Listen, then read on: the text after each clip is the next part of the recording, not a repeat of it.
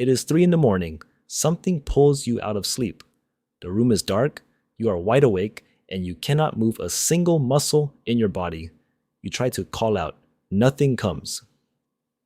There is a weight pressing down on your chest, slow and heavy, and somehow deliberate.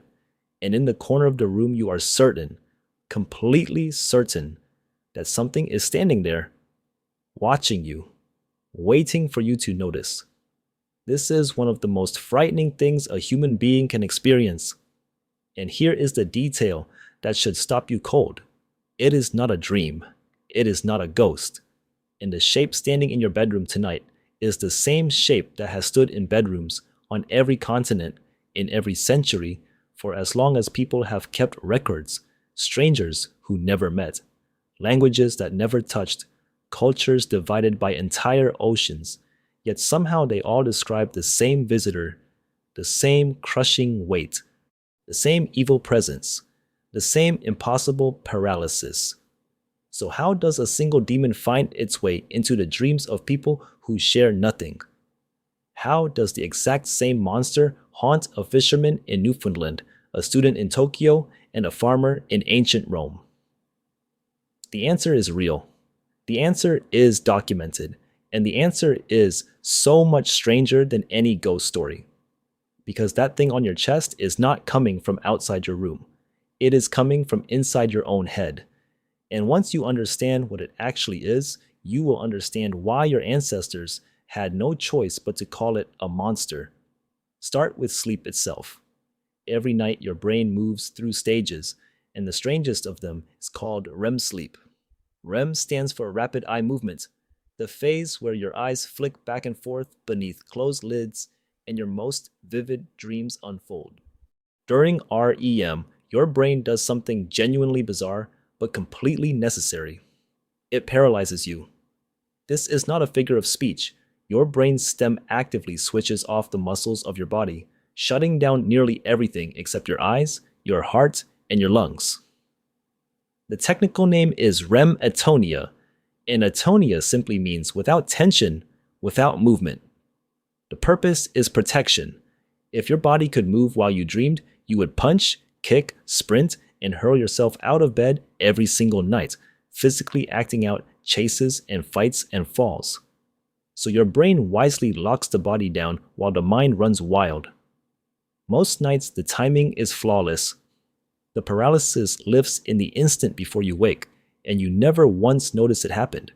But sometimes the system glitches. Sometimes your mind switches back on while your body is still held inside REM atonia. And in that moment, you wake up trapped inside the paralysis. You are conscious. You are aware. Your eyes are open and you can see your real bedroom around you. But your body will not obey a single command because one part of your brain still believes you are dreaming.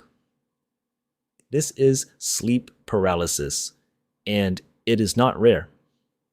A review of decades of research led by the psychologist Brian Sharpless found that nearly 8% of all people experience it at least once in their lives, and among students that number climbs to almost 1 in 3. Right now, someone you know has met the demon and simply never said it out loud. But paralysis alone does not explain the figure in the doorway. To understand that, you have to know what else is happening inside a sleep-paralyzed brain. The dreaming machinery has not fully shut off. Dream imagery is leaking directly into your waking vision, which means you are seeing the real room and a hallucination painted on top of it at the very same time. And there is something worse. The part of your brain that scans constantly for danger, a small almond-shaped structure called the amygdala, is firing at full alert. You are frozen. You do not know why. Your most primitive threat detector is screaming that you are in mortal danger. So your brain, desperate to explain the terror it already feels, does what it has always done. It invents a cause. It builds a predator.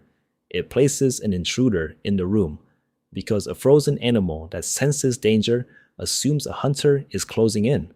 Then add the chest. During REM sleep, your breathing turns shallow and automatic, run by the brain's stem, rather than by your own will. When you wake into paralysis and try to drag in a deep, panicked breath, you cannot fully command your chest muscles. The result feels exactly like something heavy is sitting on top of you, slowly pressing the air out of your lungs.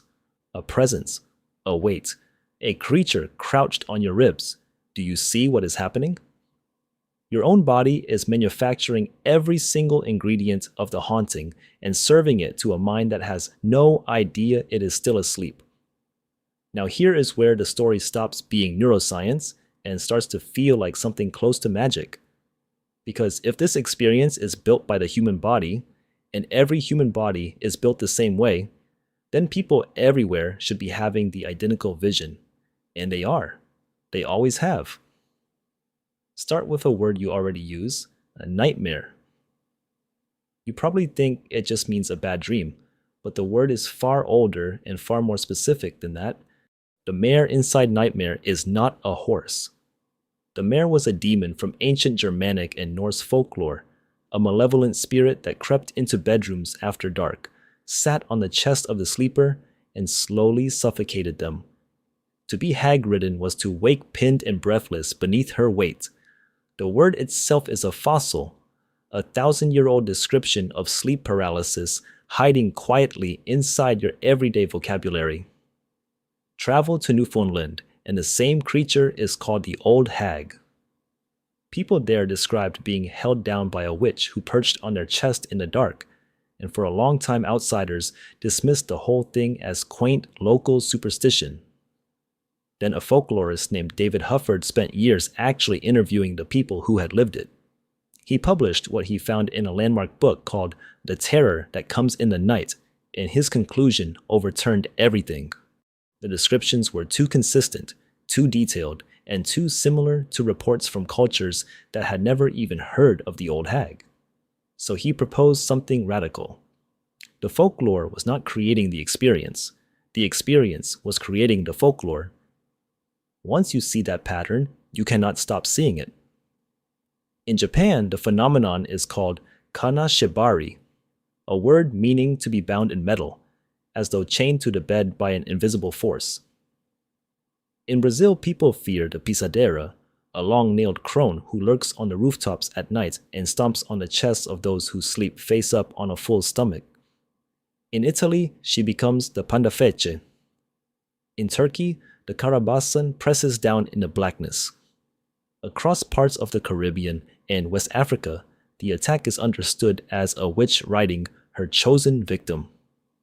In ancient Greece and Rome, it was the incubus, a spirit whose very name means the one who lies upon you. The settings change, the names change, the costumes change, the weight on the chest, the frozen body, and the watching presence never do. In 1781, the painter Henry Fuseli put the whole experience onto a single canvas. His painting, The Nightmare, shows a woman collapsed backward across her bed, and squatting on top of her, grinning straight out at the viewer, sits a small, dark demon. It became one of the most famous images in European art, and for more than 2 centuries people have stared at it and felt a jolt of recognition they could not quite explain. They recognized it because so many of them had met that exact demon at 3 in the morning, but the deepest twist is still coming, and it arrives through a neuroscientist named Balan Jalal, who asked a question nobody had thought to ask. If the experience is truly universal, does your culture change how it actually feels? So he compared people in Egypt with people in Denmark. In Denmark, sleep paralysis is widely understood as a harmless quirk of brain chemistry, and people there mostly shrugged it off and drifted back to sleep. In Egypt, where many believe the episodes are attacks by jinn, invisible spirits, the experience was a completely different animal.